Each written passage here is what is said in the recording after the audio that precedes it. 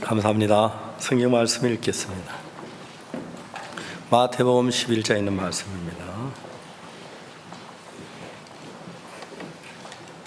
마태복음 11장 25절부터 읽겠습니다.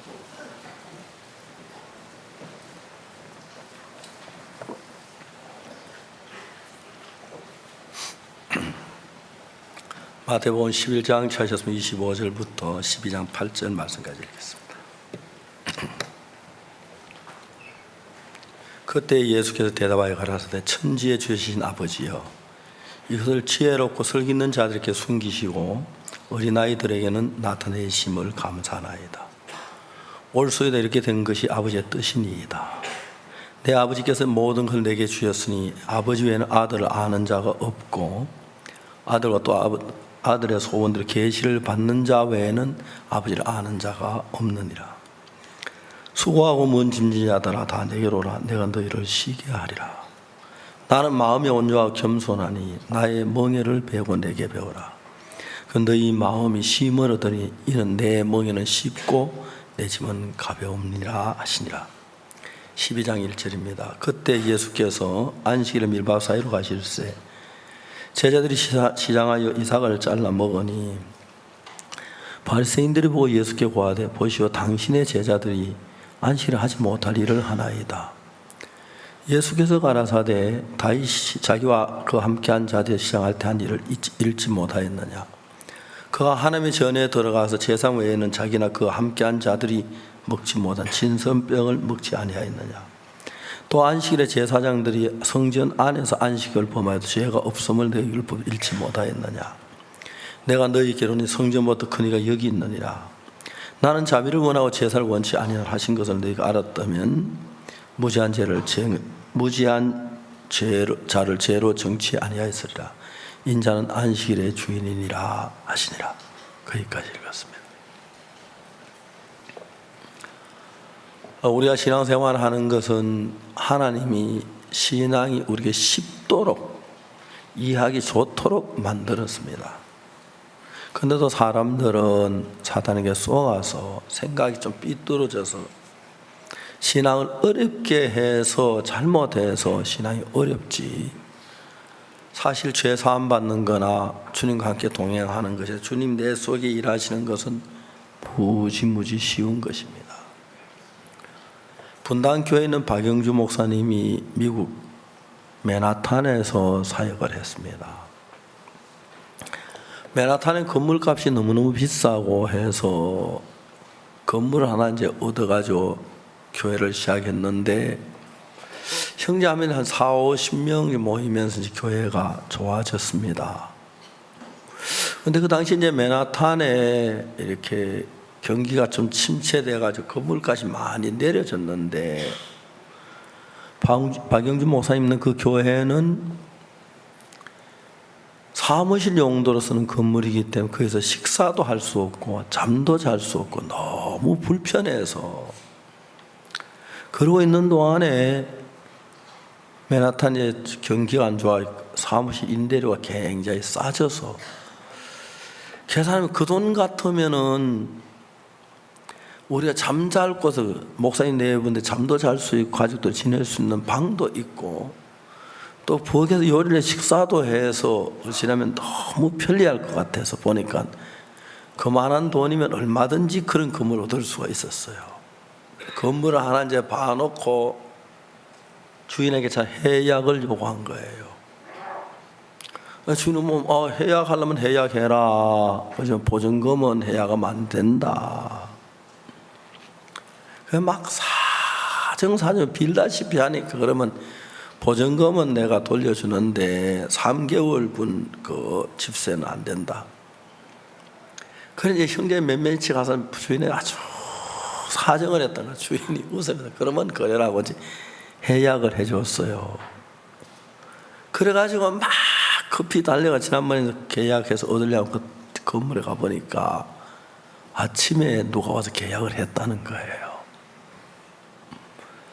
그래가지고 이제 6개월 가까이 있는데 매일 아침마다 이제 사람들이 모여서, 형제 모여서 집을 얻으러, 건물을 얻으러 맨하탄을 샅샅이 뒤졌는데 하나님이 이제 막으니까 안 되는 거예요. 예배 드릴 장소 없어 이제 돌아가면서 이제 매일 저녁 모였다 그러더라고요. 오늘 이 집에서 저 집에서 하는데 맨하탄에 있는 형제자매들이 박영준 목사 눈치를 그렇게 많이 봤다고 하더라고요. 저도 우리 목사님 실망해 도망가면 어쩔까 싶어서 저녁마다 집회를 하는데 막 자기 집회하는 날에는 형제들이 음식도 잔뜩 준비하고 또 사람들 조금만 목사님 실망할까 봐 이제 막 친구들 다 데려놓고 이제 그래 했는데 6개월 동안 건물을 얻으려고 하는 그렇게 많던 건물이 하도 안 돼서 결국에 이제 맨하탄 사역을 중지하고 다른 전도자가 이제 이동이 돼서 딴 전도자가 아니라 일주일 만에 건물을 얻는 거예요. 그래서 카나다에 가서 교회를 새로 시작했는데 한 8개월 동안 했는데 잘 안 되는 거예요. 야, 교회 개척이 이렇게 어렵구나. 근데 저희들 이제 강남교회에서 제가 이제 박영준 목사가 제 조카인데 영재 너 힘드는데 우리 교회 와라. 오면 신앙도 좀 배우고 또 자동차 운전도 좀 했으면 좋겠다. 이제 그래 불렀는데 그래 왔어요. 아, 저한테 너무너무 섭섭한 생각이 들더라는 것이요. 물론 가나다 정말 사역을 잘못했지만 좀 더 놔둬보지 금방 내 목을 치느냐 이제 그렇게 생각했다. 그래서 그날 이제 그 교회에서 떠나올 때 다 정리했다. 마음에서 어떻게 정리했느냐 하면은 성경도 여러 개 있는데 이제 성경 필요 없고 딱 한 것만 딱 집어넣고 그 다음에 이제 그 뭡니까 그 노트 그동안 성경만 공부하고 내 이제 목사 아니다 다 쓰레기통에 넣고 그리고 이제 뭐 교회 저 목사 안수 받을 때 준 그 안수패도 막 맛있게 친구들하고 그것도 다 쓰레기통에 집어넣고 다 마음을 버렸다 그러더라고요. 마지막으로 선우라고는 아들이 있는데 선우야 왜요? 아빠 이제 목사 아니다. 왜? 목사 좋은데. 목사가 왜 좋으냐? 주일날 헌금 내면 그걸로 뭐 사 먹을 수 있잖아. 아주 철없는 애기인데 그 얘기 들으면서 이제 자기가 야 목사가 아들 어떻게 교육시킬래 그런 생각밖에 안 드냐. 한국어는 비행기를 탔대요. 내외하고 애들을 데리고 그러니까 이제 비행기에 다 자는데 나 이제 목사 아닌데 뭐 포도주 마셔도 포도주 시간에 마시고 또 이제 자매가 제가 한 잔 더 마셨다 그러더라고요. 나 이제 목사에도 모든 거 버리고 왔다. 강남교회에 왔는데 그냥 뭐 할 일이 없어서 사무실에 앉아 있는데 박 목사님이 그 사무실에 앉아 상담을 하는 거예요. 자기 거기서 봤는데 너무너무 신기한 것은 어떤 문제를 가져와도 성경을 펴면 다 해결이 되는 거예요. 그때부터 야 내가 그 맨하탄에 왜 실망을 했지. 저녁마다 형제들이 자기 집에 막 늙은 방에다가 음식 준비해놓고 친구 모아놓고 매일 저 집회해야만 되는데 그냥 복음적으로 그러면 좋은데 난 그가 늘 고민 난 사역이 안 돼 예배당 모두 그 생각만 했다는 거죠.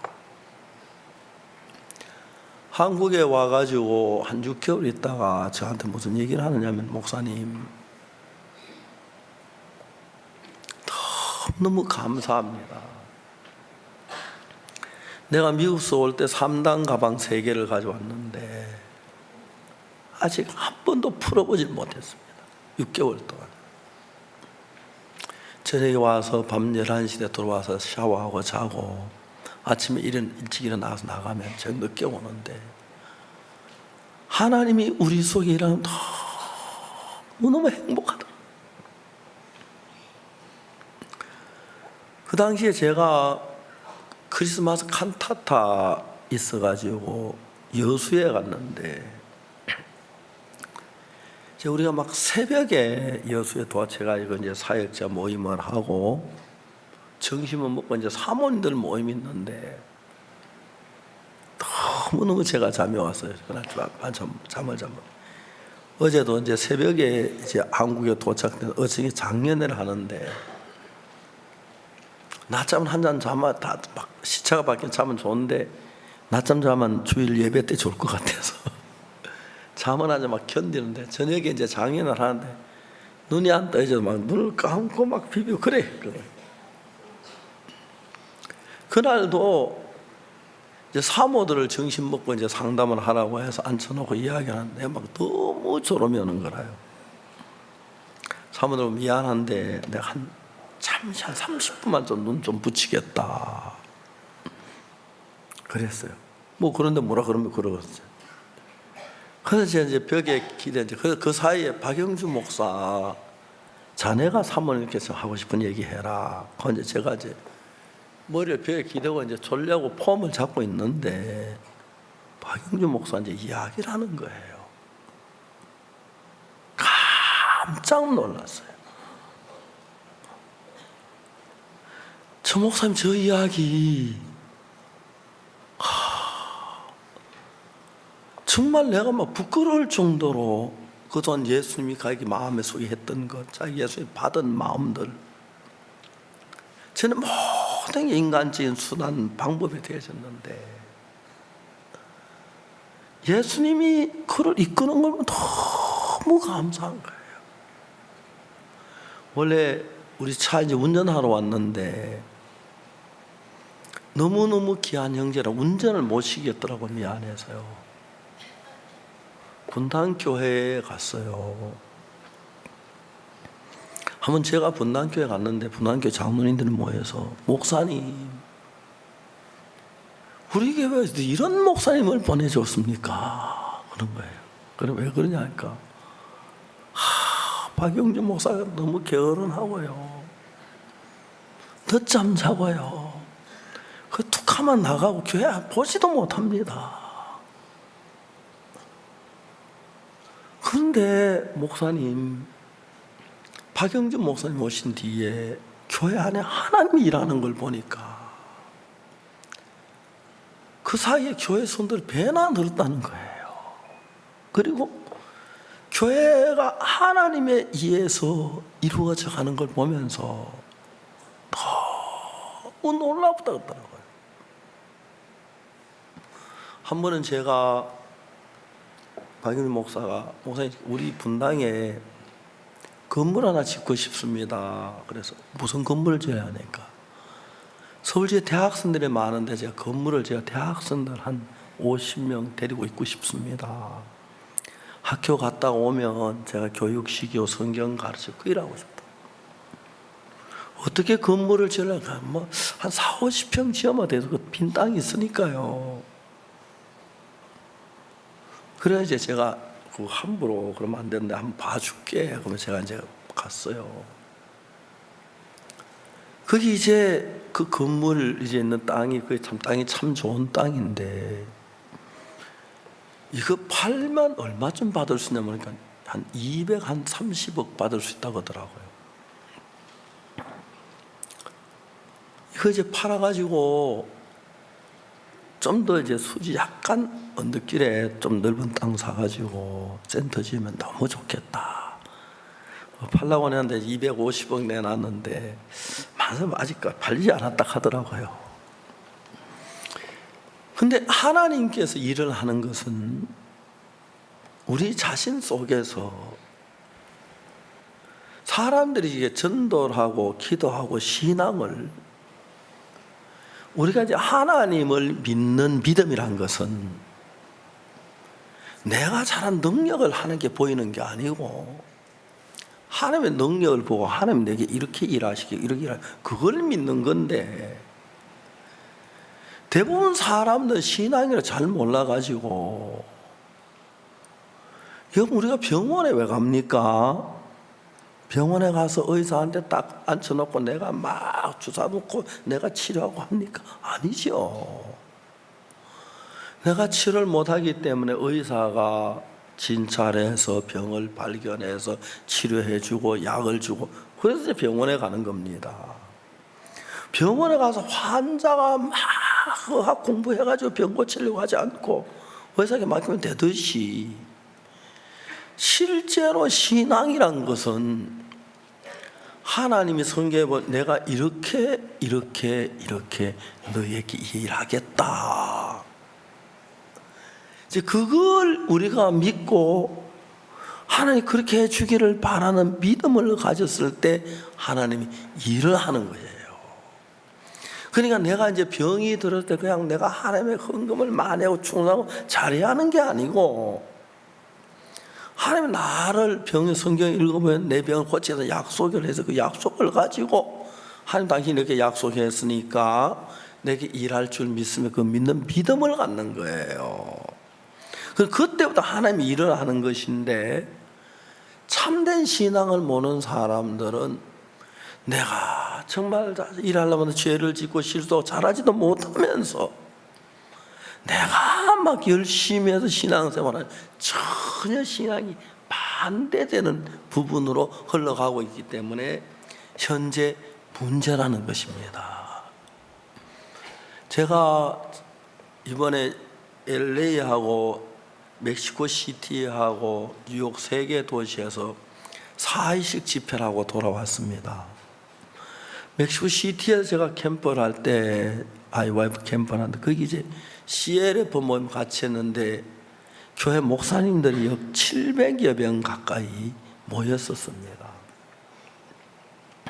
제 목사님들 앞에 제가 이제 죄 사하면 복음을 전하는데, 대부분의 목사님들은 대부분 교회에서 십계명을 봉독합니다. 십계명을 봉독하고, 우리가 십계명을 제 앞에 제 이름 내 앞에 다른 신을 두지 말라, 너를 위해 우상을 섬기지 말라, 너희 하나님 여호와 이름 망령되게 하지 말라, 안식을 기어 거룩하게 지키라, 이런 10가지 계명을 성실하게 지키면 신앙을 잘하고 축복받는 걸로 알고 있기 때문에 대부분 사람들의 신앙이 자기의 어떤 노력, 자기 능력, 그게 준하는 삶을 사는 겁니다. 근데 성경을 자세히 읽어보면은 성경이 전혀 그렇게 하는 게 아닙니다. 그건 진짜 신앙이 아니고 행위입니다.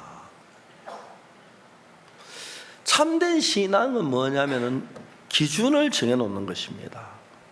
십계명은 기준입니다. 내 앞에 다른 신을 두지 말라, 너를 위해 우상을 섬기지 말라, 너희 하나님 여호와 이름 망령되게 하지 말라, 안식을 기억하여 그날을 거룩하게 지키라, 내 부모를 공경하라, 살인하지 말라, 가늠하여 도둑질하지 말라, 거짓과 탐내지 말라. 이 기준을 정해놨습니다. 하나님의 약속이 그걸 너희들이 다 지키면 들어와도 복을 받고 나와도 떡반죽 그릇을 먹고 복을 받는다. 못 지키면 저주를 받는다. 이렇게 율법이 되어 있습니다. 그때 이제 이스라엘 백성이 하나님께 우리가 다 지키겠다고 그랬는데 그거는 말도 안 되는 이야기입니다. 인간 가운데 아직까지 율법을 온전히 지키는 사람은 한 사람도 없습니다. 율법이 BC 1491년, 이건 어떤 그렇게 나왔냐, 이스라엘 이집트에서 나온 그 해가 역사의 BC 1491년이었습니다. 이스라엘 백성이 이집트에서 나올 때 그때 그 이제 모세가 시내 산에 올라가서 하늘 시킴 2개 돌판을 받아가지고 왔습니다. 그래서 하나님은 그걸 너희들 잘 지키면 복을 받고 못 지키면 저주를 받는다는 이야기인데, 우리가 하나님 앞에 하나님 내가 다 잘 지키겠다 하는 그 자체가 잘못된 겁니다. 여러분, 거짓말 하는 사람 있어요? 정말 우리 그 십계명 가운데 하나라도 어기면 저주를 받기도 안 된다는 것입니다. 그러면 하나님 왜 우리에게 이런 것을 허락하셨냐?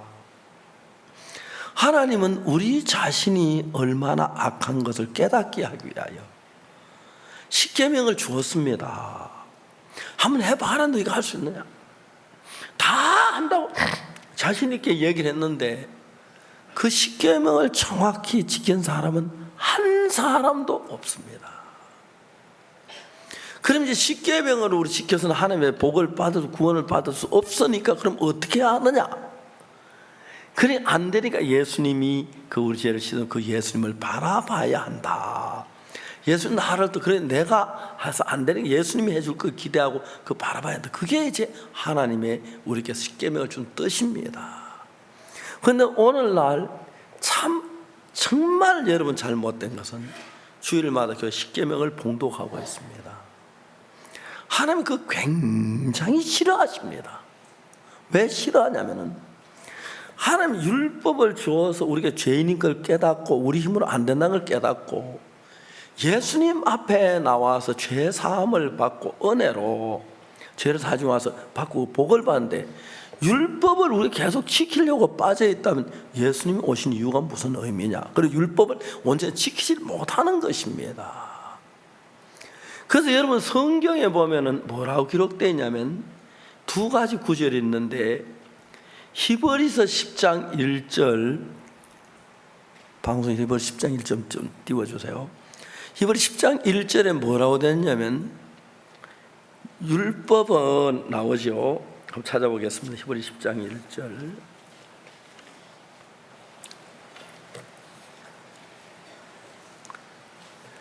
율법 여기 모니터에 나왔습니다. 율법은 장차오는 좋은 일의 그림자요 참 형상이 아니므로 해마다 늘 드림과 같은 제사로 나오는 자들은 언제든지 온전케 할 수 없느니라. 율법은 장차 오는 좋은 일의 그림자요 참 형상이 아니기 때문에 율법으로는 해마다 제사를 드려도 그 제사로는 언제든지 온전하게 할 수 없다. 우리를 구원하지 못한다. 그런 뜻을 가지고 있습니다. 그런데 골로새서 2장 16절 한 절 더 보면은 좀 더 자세히 나와 있는데요. 골로새 2장 16절 한 번 더 보겠습니다. 그 2장 16절 보세요. 그러므로 먹고 마시는 것과 절기나 월삭이나 안식일을 인하여 누구든지 너희를 편론하지 못하게 하라. 다음 17절 이것들은 장래 일의 그림자이나 몸은 그리스도의 것이니라. 그렇습니다. 그러니까 이제 안식일을 잘 지켰다 못 지켰다 그거 따지지 말라. 편론하지 마라. 안식일을 잘 지켜도 소용없고 못 지켜도 소용없다 이 말입니다. 왜?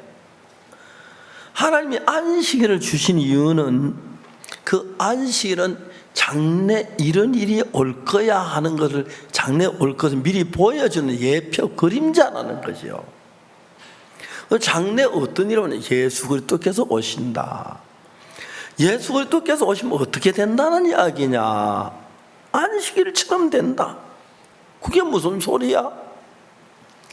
안식일은 보통 사람이 일요일을 안식이라고 생각하는데 일요일은 안식일이 아닙니다. 저는 안식교 교인은 아닙니다. 저도 이제 보통 안식교 교인들은 안식일을 지키려고 막 애를 쓰는데 이 안식이라는 그 자체를 자세히 보면은 그 안식을 지키고 안 지키는 문제가 아니고 안식일이 우리에게 가져주는 게 무엇인지 그 의미를 알아야 한다는 얘기입니다.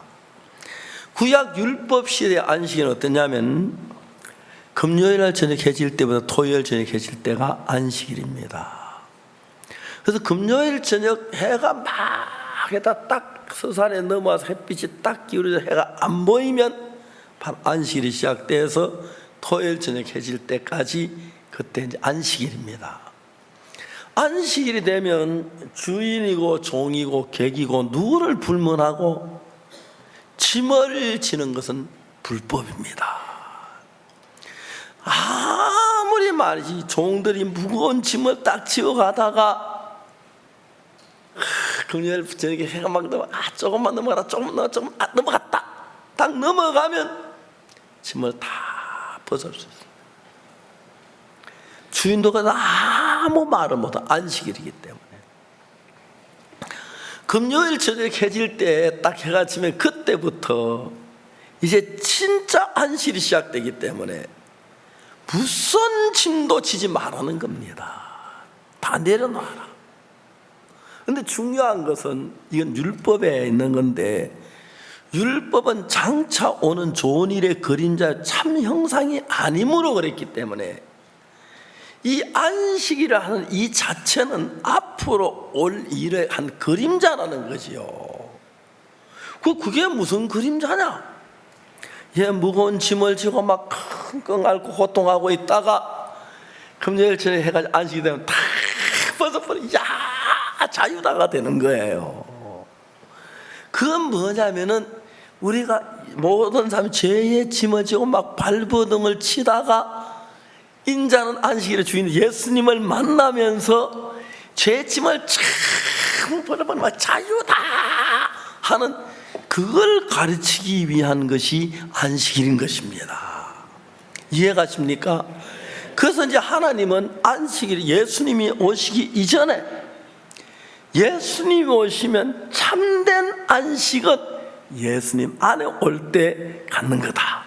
그래서 오늘 읽은 성경 말씀, 예수님 말씀하시기를 수고하고 무거운 짐진 자들아 다 내게로 오라, 내가 너희를 쉬게 하리라. 어디에서? 무거운 짐에서. 그 짐이 뭡니까? 죄의 짐입니다. 예수님은 십자가에 못 박혀 죽으심으로 말미암아 우리 죄의 짐을 지고 막, 아까도 그 자매님이 와서 간증하시면서 고백 성사를 했다고, 죄를 고백하는 일을 했다고 매일 고백 성사를 했는데, 이 진짜 예수님을 만나니까 고백하고 뭐 할 거 없이 수고하고 무거운 짐 다 내게로 내가 너희를 쉬게 하리라. 예수님 앞에 나온 모든 죄에서 우리를 해방시킨다는 겁니다. 수고하고 무거운 짐진 자들아 다 내게로 오라. 저도 여러분 그랬고, 오늘 이 자리에 앉은 여러분들도 옛날에는 잘 모르고 신앙생활을 했을 때 제일 저를 무겁게 누르는 게 죄였습니다. 죄를 해결해 보려고 막 발버둥 치고 산기도 하신 분들이 있습니까? 연도 삼각산이나 청계산 같은 데 가면 막 밤 한자 자고 소나무 뿌리 붙잡고 쥐야 해가지고 소나무 뿌리 한 서너 개 뽑으면 믿음 나왔다 하고 그러잖아요. 정말 우리가 그런 신앙생활을 했습니다. 그런데 예수님 앞에 예수님 뭐라, 수고하고 짐진 자 다 내게로 내가 너희를 쉬게 하리라. 죄의 짐을 너희가 처리하는 게 아니고, 너희가 해결하는 게 아니고, 너희가 노력하는 게 아니고, 너희가 애쓰는 게 아니라 수고하고 무거운 짐지나 다 내게로 내가 너희를 쉬게 하리라. 그리고 여기서 골로새에서 말하기를 그러므로 안식이나 그 말 나오죠. 골로새에서 잠깐 더 보겠습니다. 2장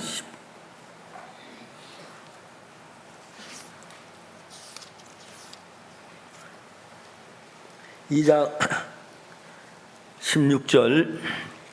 그러므로 먹고 마시는 것거나 절기나 월상이나 안식이나 누구든 너희를 편론하지 못하기를. 안식일 뭐 잘 지켰느니 못 지켰느니, 월삭을 잘했느니 못했느니, 절기를 어떻게 했느니, 유월절 했느니, 그걸 가지고 따지지 마라, 그 말이죠. 이해가십니까? 나 뭐 안식일 지킬 때 저 뭐야 어떻게 지켜야, 유월절 지킬 때 어떻게 해요? 안식일은 금요일 저부터 해질 때부터인데, 사실 안식 교인들도 안식일 못 지키는 걸 잘 알거든. 왜냐하면 안식일은 무슨 불이든지 사용하면 안 돼요. 전기불도 불이거든요. 사용하면 안 돼요. 안식일은 무슨 불도 떼면 안 되고 5리 이상 걸어가서 안 돼요. 그건 규정이 있어요. 근데 진짜 안식일을 시험과 지키려고 하면 굉장히 어렵습니다. 자동차 타는 것도 이렇게 안 돼요. 왜냐하면 불 떼가지고 차가잖아, 그죠? 그렇죠. 그 절대 안 돼요. 그때 적당히 안식이지, 그것도 허용이 안 됩니다. 그러니까 안식일을 지키는 그 자체의 의미가 있는 게 아니고, 하나님 안식일을 통해서 예수님이 오실 때 우리를 참 이렇게 쉬게 해주신다, 그걸 깨우쳐 주는 것입니다. 안식이라는 것은. 이해가시죠? 그래, 율법은 장차 오는 좋은 일의 그림자요 참 형상이 아니므로, 진짜 그건 아니다 이 말입니다. 율법은 장차 오는 좋은 일의 그림은 참 형상이 아니므로 그렇게 말했습니다. 그러면 무엇의 그림자냐? 골로새에서 이런 것들은 장래일의 그림자나 몸은 뭐라고요? 그리스도의 것이니라. 그 내가 몸이 있으면 그림자가 생기듯이 이제 예수님이 오실 때 어떻게 하시는 그걸 미리 그림자로 미리 보여주는 거다. 어떻게? 안식일이 되면 모든 짐을 내려놓는 것처럼 예수님이 오시면 우리 죄의 짐을 다 벗는다. 그 이야기입니다. 그래서 여러분의 죄를 여러분이 해결하는 게 아닙니다. 죄를 처리하는 것도 아니고 죄의 재앙을 받는 것도 아니고 예수님에 의해서 죄가 다 해결되는 겁니다. 이해가십니까? 여러분 노력을 전혀 안 해도 예수님에 의해서 우리 죄가 다 해결되는 것입니다. 그런데 이제 잘못된 사람들은 이 성경을 잘 모르면은 막 십계명 이야기도 성경을 조금만 읽어보면 너무 재밌는 이야기인데, 십계명을 하나님 모세 2개 돌판을 가져와서 그걸 막 금송아지면 깨트려 버립니다. 왜? 깨트려 버렸어요. 두 번째 모세 시내 십계명을 가져와 그건 어떠냐면 법궤 안에다 넣었으면 뚜껑을 탁 덮어버립니다. 그리고 하나님은 십계명을 덮은 그 법궤 뚜껑을 아무도 열지 못하게 하고 양쪽에 천사 날개를 펴서 그 법궤를 딱 덮도록 되어 있습니다. 열지 마라 이 말입니다. 왜? 이제 나는 법으로 가지고 너희를 다스리지 않겠다. 은혜로 다스리겠다. 예수님이 십자가 대신 못 박혀 줌으로 해결한 거예요. 너희가 법을 잘 지켜 안 지켜 그건 나하고 아무 상관이 없다. 이미 우리는 법을 어기니까 죄인이기 때문에 아무리 법을 지킨다고 해도 죄가 사해지는 건 아니다.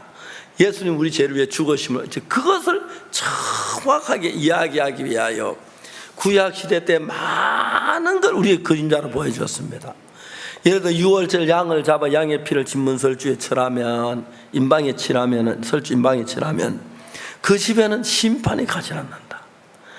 우리 마음에 예수님의 피가 내재해서 한 걸 믿는 사람은 다시 사망이 없고 저주가 없고 멸망이 없다는 이야기입니다. 이제 이런 걸 가르쳐 주는데 우리가 이제 마음에 사탄을 어둡게 만들어 가지고 십계명 잘 지키면 된다고 생각하는데, 십계명을 잘 지키면 아무리 잘 지켜도 한 번 어기면 그건 못 지킨 것 속하지 잘 지킨 게 아니기 때문에 저주를 받아야 합니다. 그래서 십계명을 잘 지켜야 되는 것이 아니라 그 십계명이나 이런 율법의 모든 것들은 장차 오실 예수 그리스도를 가리키는 그림자라는 것입니다. 어린 양이 죽음으로 양의 피를 문설주에 임방에 칠하면 그 집에는 심판이 오지고 저주가 오지 않는 것을 성경은 우리에게 자세히 설명하고 있습니다. 그러면 우리 죄를 위해서 우리가 뭘 해야 하는 것이 아니라 예수님 앞에 나오면 예수님이 우리 죄를 위해서 다 심판을 받고 우리 깨끗게 했기 때문에 그걸 그냥 믿음으로 받아들이는 것인데, 그걸 모르고 내가 율법을 지키려고 안식일을 잘 지켜서 복을 받는다. 그건 진짜 웃기는 이야기입니다. 이해가십니까? 그래서 성경은 안식일이나 월삭이나 절기나 이런 것들 왜 누구든지 너희를 편론하지 못해. 그거 왈가왈 따지지 마라. 왜? 그거 별거 아니다. 그건 장차 오실 예수님의 그림자다.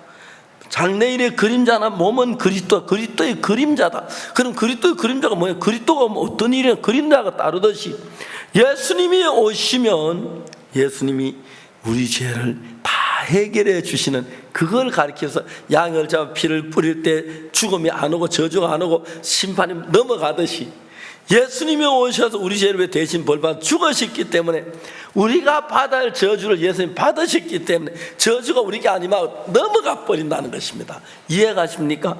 그래서 예수님을 믿음으로 죄 사함을 받은 걸 믿는 것이지 십계명을 지키거나 율법을 지킴으로 어렵게 되거나 거룩게 되는 것은 아니라는 것이죠. 신앙을 생각해 보면 신앙 자체가 너무 쉽습니다. 왜 쉬우냐 하면은 율법을 지켜서 죄 사함을 받으러 생각해 보면 얼마나 어려운지 모릅니다. 근데 죄 사함을 받기 위해 우리 해야 할 일은 아무것도 없습니다. 그냥 수고하고 무거운 짐진 자도 다 내게로 오라. 내가 너희를 쉬게 하리라. 여러분, 내가 쉬기 위해서 일을 한다는 것입니까? 예수님 우리를 쉴 수 있도록 다 해놓는다는 이야기입니까? 내가 너희를 쉬게 하리라, 그 말은 예수님 우리를 쉴 수 있도록 모든 걸 구비해놓고 갖추어놓고 역사를 다 이룬다는 이야기가 되는 겁니다. 알겠습니까? 그리고 좀 더 정확하게 이미 우리가 다 쉴 수 있도록 다 이루었다 하시고 십자가에 못 박혀 죽으셨습니다. 십자가에 못 박혀 죽으시는 그때 여러분이나 우리 모두의 죄가 영원히 알겠습니까? 몇 년, 몇 월, 며칠까지가 아니라 영원히 심판이 끝이 났습니다. 그 죄를 보면 모든 죄의 심판을 십자가에서 받으셨으므로. 그래서 구약시대 성경은 장차 예수님이란 분이 하나님의 아들이 오셔서 이렇게 우리를 죄에서 건져줄 걸 예표로 보여주시는 것인데, 사탄은 속여서 우리로 하여금 예수님 앞에 은혜를 입으면 되는데 내가 율법을 잘 지켜가지고 죄를 안 지어서 천국 가려고 애를 쓴다. 그건 진짜 웃기는 이야기에 불과한데, 많은 분들이 성경을 깊이 모르게 그렇게 하기 때문에 성경 자체가 어렵고 신앙 자체가 막 어렵습니다. 제가 홍콩서 CLF를 하는데 어떤 목사님이 딱 일어났습니다. 그분은 신학교 이제 저 총장 되시는 분인데, 목사님, 많은 신학자들이 성경에서 구원 문제는 난해하다고 합니다. 알고 있다고 그랬어요. 그런데 목사님 그렇게 쉽게 풀면 어떡합니까? 그래서 이야기했어요. 잘 들으시라고. 성경 문제가, 신앙 문제가 구원 문제 다 아니고 신앙 자체가 난해하다. 성경 자체가.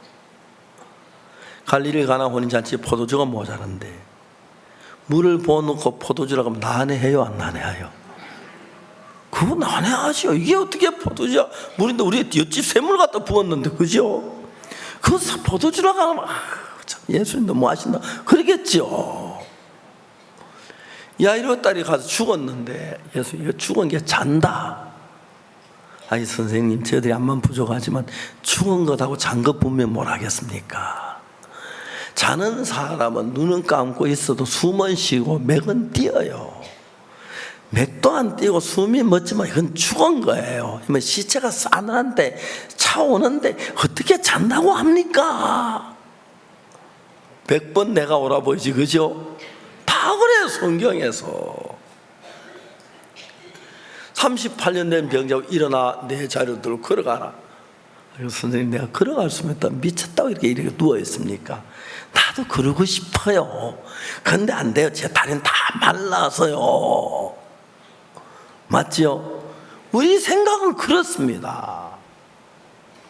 그런데 이제 우리가 믿음이란 것은 바로 뭐냐면, 내 생각을 믿느냐 주님의 말씀을 믿느냐인데, 내 생각이 옳으냐 주님의 생각이 옳으냐. 사탄은 우리를 속여서 우리가 볼 때는 내 생각이 옳은 것 같아요. 틀림없이 다 포도주를 부었는데, 이게 물이라고 하면 물을 부었는데, 그렇죠, 내가 말을 드리겠죠. 물을 부었는데 이게 포도주다, 이게 말이 됩니까? 해도 너무하죠. 예수님, 그럼 사기꾼이에요. 이건 물이에요. 그래요. 그들이 볼 때 틀림없이 물을 부으세요. 물이 맞아요. 그들 볼 때는. 성경에 있는 사실 우리가 보면 볼수록 성경은 그렇게 돼 있는 겁니다. 그러니까 우리가 그걸 가지고 믿으려고 그러면 무지무지하게 어려운 거예요. 물을 부었네, 포도 이거 어떻게 믿어? 이건 물인데 38년 된 자 다리가 다 말라 어떻게 걸어가? 그 말을 어떻게 믿어? 못 걸어가요. 안 돼요. 해봤어요. 오늘 몇 번 해봤는데 안 됐어요. 그거거든요. 그거예요. 성경에서 지난 모든 게 그래요. 모든 게. 죽어 썩어 냄새 난 저 나사로 보고 네 여동생 뭐 너 호라비가 살리라. 마지막 날 부활해나 살겠지요. 당연히 우리 그렇게 생각하지. 산다고 믿어질 수가 없는 거예요. 자, 이제 그런 상태를 가지고 사람들은 보면 자신을 믿는 믿음이 예수님 믿는 믿음보다 더 크다 이 말입니다. 내 생각이 옳고 예수님이 틀린 것처럼 보인다. 그렇겠죠.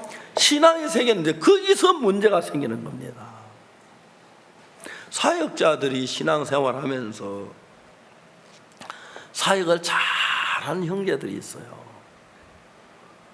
그분들은 이제 제가 좀 나이가 많고 선배니까 사역자를 가르치는데 그냥 방무사님 그렇구나 하고 받으면 아주 쉬워요. 근데 생각을 해보면 박목사 하는 얘기 말마다 말이 안 되는 이야기를 해요. 하나님 믿는다는 그 자체가 세상 방법과 다르니까요. 피지 교회에서 우리 선교회를 알아보기 위해서 한 분이 오셨습니다. 오셔가 2016년 아이와이프 월드 캠프에 참석을 하셨답니다. 그분이 돌아가셔서 보고서를 피지 교회에 냈는데 피지 교회 총장님이 그 총회장님이 저한테 그 이야기를 하셨어요. 목사님, 그분이 한국에 월드캠프에 참석해서 보고서를 내면서 우리는 아직까지 기독교 사상 이렇게 성령이 충만한 교회는 처음 봤다. 부산 해운대라는 백사장에서 개막식을 하려고 하는데 아침부터 비가 쏟아지더라. 기쁜 소리 선교회 목사님 아무도 걱정 안 하고 모여서 기도회를 하는 걸 나는 봤다. 근데 놀라운 그들은 기도를 하면 비가 그칠 것을 믿더라. 재미있죠? 그 얘기 한다면 무슨 말? 우리는 비 그칠 걸 안 믿는다 그 소리죠. 그런 얘기 많이 있잖아요. 옛날에 하도 비가 안 와서 목사님이 교회 성도들 데리고 이제 뒷산에 비 오도록 기도하기 위하여 올라가는데 목사님한테 우산 들고 나오는 그 시대는 우산이 굉장히 귀했거든요. 그 아주 귀한 손님 오실 때 모시고 그러지 한 분 왔는데 이놈은 왜 우산을 가져오냐? 아버지 비 오도록 기도하잖아요. 이놈은 비 온다고 기도한다고 비가 오나? 무슨 이야기 같지만 대부분 사람들 그렇잖아요. 그죠? 멀쩡한 하늘 기도한다고 비가 오나? 그래, 이런 경험에 익숙한 사람들이 멀쩡한데 비 온다 하나님 믿겠습니까? 반대로 비가 막 쏟아져 오는데 그친다고 믿겠습니까? 그분 보고한 바에 의하면 놀라운 건 개막식 1시간 앞두고 비가 그쳐 하늘이 환해지더라. 그분들이 저희들 하는 캠프에서 성령이 우리 교회 가운데 살아있고 우리 형제자매들 마음속에 살아 일하는 걸 봅니다. 여러분, 우리는 지금 어떤 사람이 되어가고 있느냐 하면은 옛날 내 생각이 옳고 이건 정확히 내가 본 건 맞고 이건 틀림없고 그렇게 믿었습니다. 그런데 예수님하고 부딪히다 보니까 내 생각이 다 틀린 거예요. 내가 율법 지킨다고 하면 지킬 수 있을 줄 알았고 착실하게 살면 착실하게 살 수 있을 줄 아는데 해보면 다 안 되더라. 근데 이제 문제는 하나님의 말씀은 살았고 힘이 있어서 그대로 믿으니까 되더라. 즉 그겁니다. 그것. 자, 전능한 하나님의 힘이 우리 속에 들어오기 위해서는 하나님하고 우리하고 마음이 연결돼야 하는데 하나님의 말씀을 읽으면서 하나님의 마음이 나타나는데 그 마음은 우리 생각하고 정반대인 거예요. 어떻게 반대냐면 우리는 갈릴리 가나 오는 잔지 물이 모자라서 포도주가 모자라 물을 부었으니까 그건 물이라고 말하고 있고 예수님은 포도주라고 말하고 계신 것입니다. 맞습니까? 확실하지요? 그렇습니다. 사마리아 여자하고 대화할 때 예수님 사마리아 여자에게 뭐라고 말씀하셨냐면 이 물을 먹는 자마다 다시 목마르려니와 내가 주는 물을 먹는 자는 영원히 목마르지 아니하리니 그 쏟아서 생수의 강이 되리라 그랬습니다. 솟아난다는 거죠. 예수님 배에다 수도꼭지 박았습니까? 어떻게 배에서 생수의 강이 솟아납니까? 그것도 그 약물이 강물이. 그러니까 여러분이 옳은 사람이 되면 예수님이 틀린 사람이 되고, 진짜 예수님은 하나님이시기 때문에 우리가 이해할 수 있는 일만 하시는, 이해할 수 없는 일도 하시는 분이 예수님입니다. 그런 예수님을 믿는다면 그분하고 내 생각이 틀렸을 때 예수님이 틀렸느냐 내가 틀렸냐, 그게 그를 믿고 안 믿고의 결정이 되는 것입니다. 그리고 우리가 볼 때 예수님 말씀 하나도 맞지 않는 것 같습니다. 그렇죠? 하나도 맞지 않는. 그대로 하면 집이 망할 것 같고 안 될 것 같고 틀릴 것 같았어요. 저는 제가 1962년도에 예수 믿고 죄 사함을 얻었습니다. 하나님 앞에 감사한 것이, 그때 제가 19살 때였는데요, 하나님이 저에게 참 귀한 일을 많이 하셨습니다. 그 가운데 한 가지가 뭐냐면, 저는 그래도 그렇게 멍청하다고 생각 안 했습니다. 1962년 그때 내가 해온 모든 것 가운데서 틀린 게 하나도 없었고 안 맞는 게 정말 제대로 된 게 아무것도 없었어요. 그에 제가 마지막에 결론 내린 게 뭐냐면, 내 생각을 따라가면 다 망한다는 걸 정확하게 알았습니다. 하나님은 저에게 그 사실 하나를 가르쳐 주었습니다. 그래서 내 생각하고 예수님 생각이 두 개 있을 때 두말할 거예요. 내 생각 따라가면 망하고 예수님 생각이 오라. 그걸 19살 때 정확하게 발견했어요. 그러니까 내가 한 번, 두 번이 아니고 내 방법으로 했을 때마다 내가 망했기 때문에 이제는 내가 내 방법으로 일하는 게 두려워지기 시작하는 거예요. 또 이러면 망할 것 같은 게 드는 거예요. 그래서 내 마음에 맞는 그 마음을 버리고, 맞지 않지만 예수님 말씀을 받아들이기로 시작했습니다.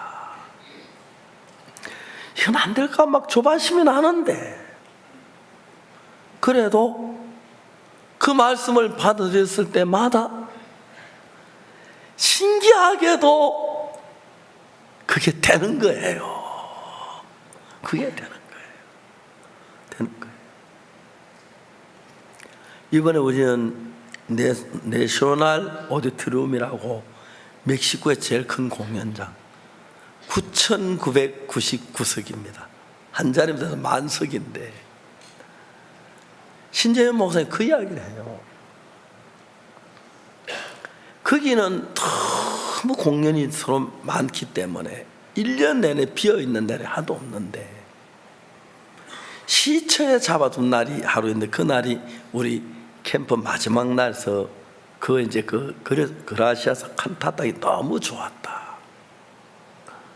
그게 이제 하루 저녁 임대하는 비용이 우리나라도 1억 5천만 원인데, 시에서 그 날을 잡아놨는 날이기 때문에 시에 쓴다면 반으로 해줘서 8천만 원, 1억 6천만 원인데 8천만 원 반을 해줬다. 내가 그 반을 어떻게 감당하는지 모르니까 우리가 할 수 있다는 게 얼마나 감사해요. 10,000명에게 복음을 전할 수. 그 교회 형님 너무 기뻐하면서 그랬어요. 이번에도 저들이 그 복음제 무료로 이제 티켓을 발매했어요. 근데 그게 그라시아스 크리스마스 칸타타가 이번에 3번째였는데 그 극장의 최고의 공연으로 인정이 된 거예요.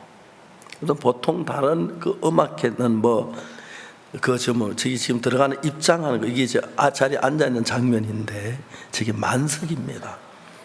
근데 사람들이 확 차는, 오늘 이번에는 한 60명이 자리가 없어 못 들어갔다 하더라고요. 그러니까 10,000명이 넘어온 겁니다. 근데 이 공연을 하는데 멕시코 사람 막 그렇게 감격을 하는 거예요. 감격하면서. 그래, 우리가 이런 복음을 전하면서 형제하면 너무 기뻐하는데, 그거 내가 볼 때 멕시코 교회 8,000만 원 가만 1년 예산이 되는지 모르겠는데 그게 아무 문제 없이 됐다고 하는 겁니다. 1억 6천만 원인데. 그 이분들이 하면서 그래서 이제 거기는 좋은 공연한 공연 사진을 찍어가지고 옆에다 세웠는데 제일 좋은 자리에 그라시아스 칸타타 딱 찍어놔서 너무너무 우리가 기뻤고 감사했습니다.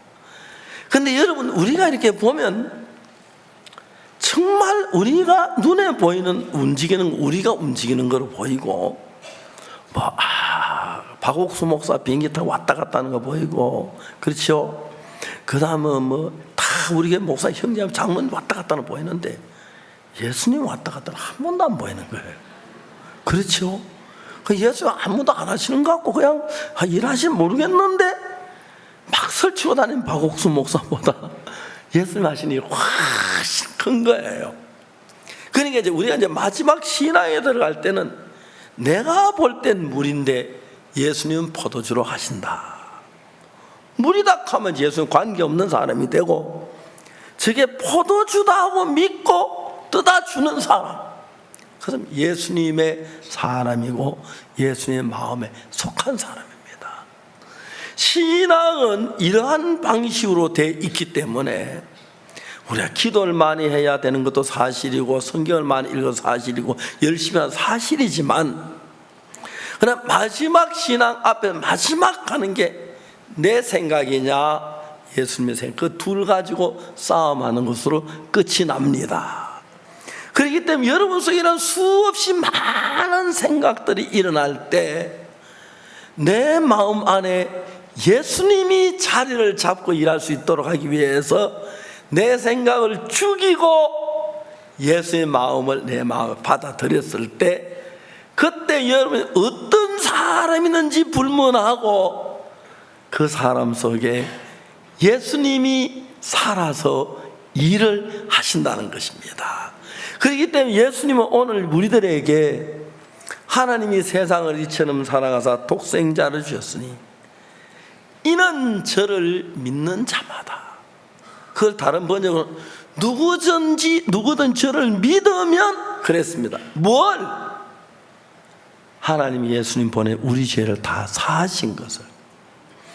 그걸 믿는 사람들은 죄를 사해 주십시오 하지 않습니다.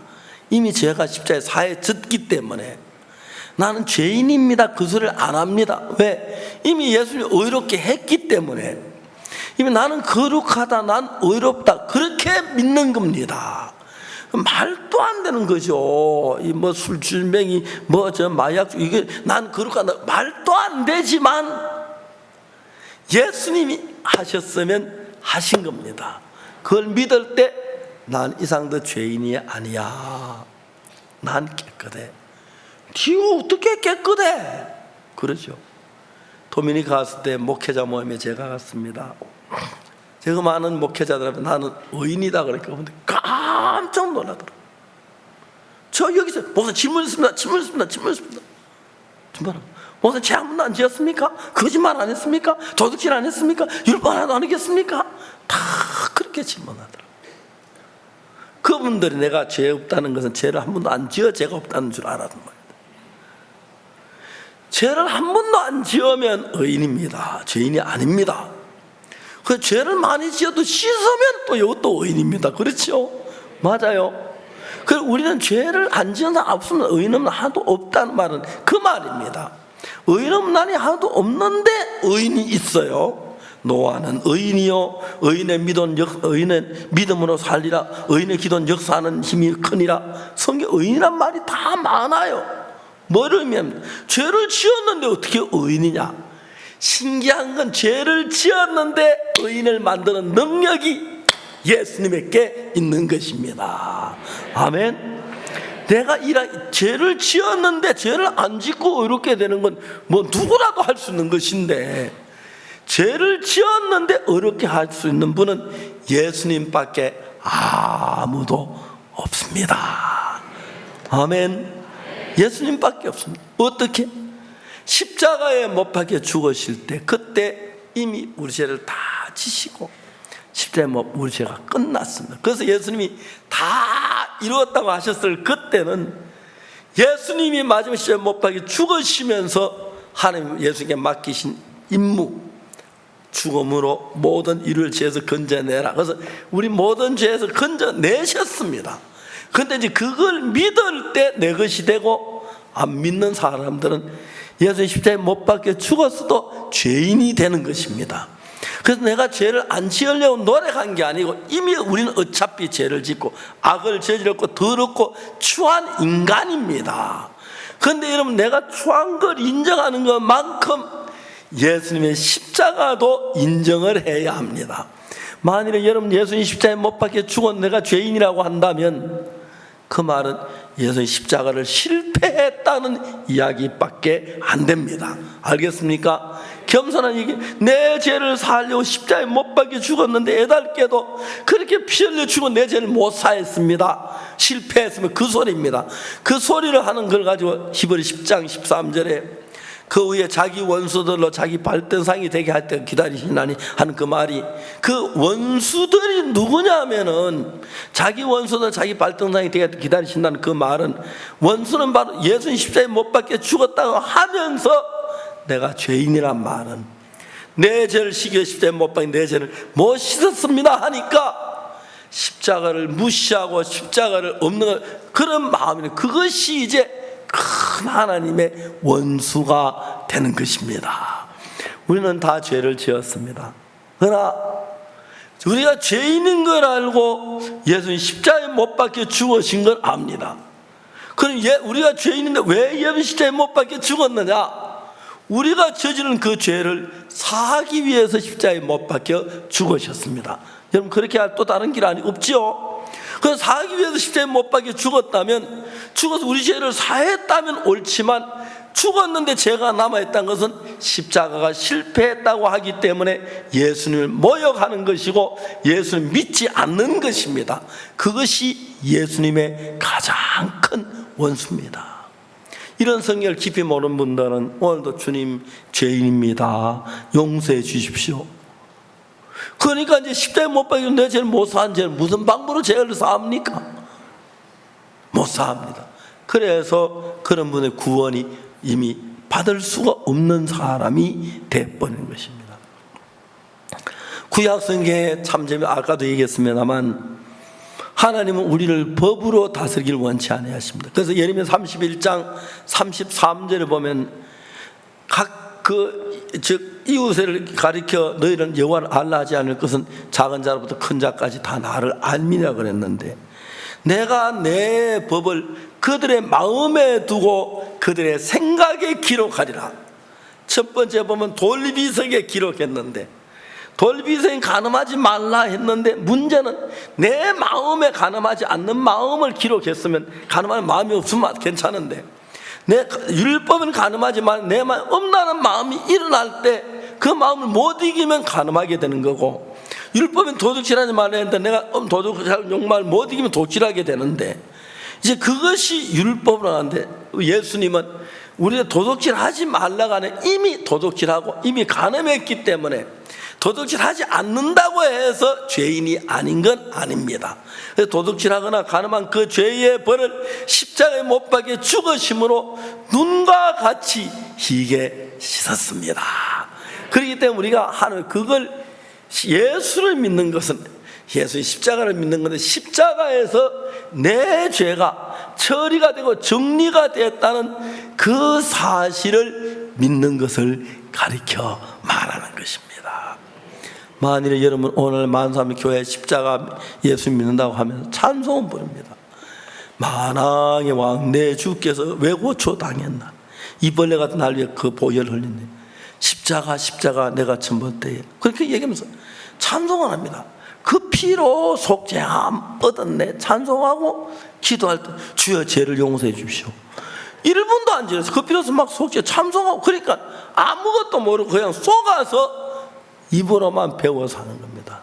정확히 아는 것은 우리 예수 그때 십자가에 못 박혀 죽으실 때 그때 죽으시지 않을까. 오늘 이 자리에 앉은 여러분 누구든지 간에 어떤 죄를 지었든지 얼마나 더럽든 얼마나 가짜가든지 여러분을 사랑해 여러분 모든 죄를 씻어주셨습니다. 그걸 믿을 때 예수님과 한 마음이 되고 예수님의 사람이 되는 것입니다.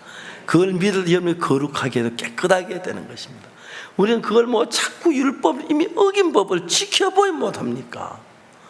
여러분 그 시험 하면 불합격된 사람이 암만 공부 시험 쳐도 여전히 불합격은 불합격이잖아요. 이미 불합격됐는데, 그러니까 다음 시험 몰라도 이제 그럴 게 아니라 예수님 십자가의 피가 내 죄를 깨끗하게 산 그 사실을 믿는 걸 가르쳐 말한 것입니다. 그래서 구약 성경에 나타나는 율법 이런 것은 예수님을 나타내기 위한 그 정말 그림자입니다. 그림자. 그래서 율법은 하나님 우리가 율법과의 상대하기 싫어서 법을 덮어놓고 십계명 돌파는 법궤에다 넣어놓고 뚜껑을 탁 덮어놓고 그 뚜껑 위에 천사가 날개를 덮으면서 열지 마라. 하나님 법으로 우리 다스리기 원치 않아 하신다. 법을 싫어하신다. 사랑을 긍휼을 원하신다. 뚜껑을 못 열겠습니다. 그래도 죄를 지은 법을 꺼내야 재판하잖아. 그래서 그 위에다 피를 뿌리라갔습니다. 그 속죄소가 그 뚜껑인데 그걸 속죄소라고 하는데 죄를 사는 곳인데 왜 그걸 속죄소냐면 거기서 법이 다 덮어버리니까, 법이 없으면 죄를 죄로 여기지 않기 때문에 우리 죄에서 벗어나는 것을 가르쳐 말하는 것입니다. 그렇기 때문에 여러분 성경의 십계명을 읽고 지키려고 애쓴다는 자체는 예수의 십자가의 보혈을 믿지 않는 것입니다. 우리가 죄를 어기고 십계명을 어기고 죄를 지었지만 이제는 그 피가 못 박혀 우리 죄를 씻었기 때문에 그 율법 자체와 상관없이 하나님의 은혜와 긍휼로 하나님 앞에 나아가는 그것이 참된 믿음인 것을 이야기해 주고 있습니다. 여러분 그럼 죄 막 지어도 되느냐? 그럼 물어봅니다. 그러면 죄 막 지어도 안 되면 천국 갈 사람 하나도 없지. 우리 죄 다 막 지었잖아요. 그죠? 안 그래요? 죄 막 안 지은 사람 있어요? 막 지은 거 그냥 지은 거 별로 다름없어요. 알겠습니까? 죄 지은 게 막 지은 거예요. 죄 막 지어서 안 되면 지옥 간다는 얘기인데 죄를 막 지었지만 예수님 사에서 하늘나라 간다, 그 이야기입니다. 그래서 우리 십자가를 믿을 때 예수님 안에 우리가 자유롭고 기쁨 없는 것입니다. 가장 중요한 것은 신앙은 나를 믿는 게 아닙니다. 내가 볼 때 물이라도 예수님 포도주면 예수님 맞습니다. 그렇죠? 내가 볼 때 안전병이라도 주님이 걸어가면 걸어가는 게 맞습니다. 내가 볼 때 야이로 딸이 죽었어도 주님이 살았다면 사는 게 맞습니다. 내가 본 아무리 좋은 증거라도 예수님이 지혜롭고 더 전능하신 분, 더 온전한 분이기 때문에 내 말보다 그분의 말이 옳습니다. 여러분 가운데 똑똑한 사람은 예수님보다 똑똑한 사람이 있습니다. 그 사람들은 다 예수님 상으로 지옥을 가야 합니다. 그러나 우리가 예수님 부족하기 때문에 나는 죄인인데도 예수님 어렵다면 어려운 게 맞아. 알겠습니까? 내가 볼 때 물이지만 예수님 포도주라면 포도주가 맞아. 내가 볼 때 아기가 죽었지만 예수님 살았던 산 게 맞아. 알겠습니까? 내가 볼 때 그렇지만 주님 보시면 주님 말씀이 맞아. 그것이 예수님을 믿는 것입니다. 신앙은 아주 단순하고 쉽습니다. 그게 안 되면 굉장히 어렵습니다. 한평생에도 안 됩니다. 그것만 받아들이면 내가 어떤 죄를 지었든지 주님 앞에 은혜를 입을 수 있고 그리스도의 피가 사했다는 사실 믿음으로 내가 자유로워질 수 있습니다. 내 죄를 사함받은 믿음을 가지면 그 다음 어떤 믿음이 오냐면 내가 병이 들었을 때 주님 내 병을 고치겠다는 마음이 듭니다. 내가 어려움을 당할 때 주님 나를 지켜주겠다는 마음이 듭니다. 그런 걸 믿음이라고 하는데, 그런 믿음을 가지면 내가 사는 게 아니라 내 안에 예수님이 사시기 때문에 무슨 일을 있든지 은혜 있고 복을 입는 귀한 삶이 될 줄 믿습니다. 기도하겠습니다.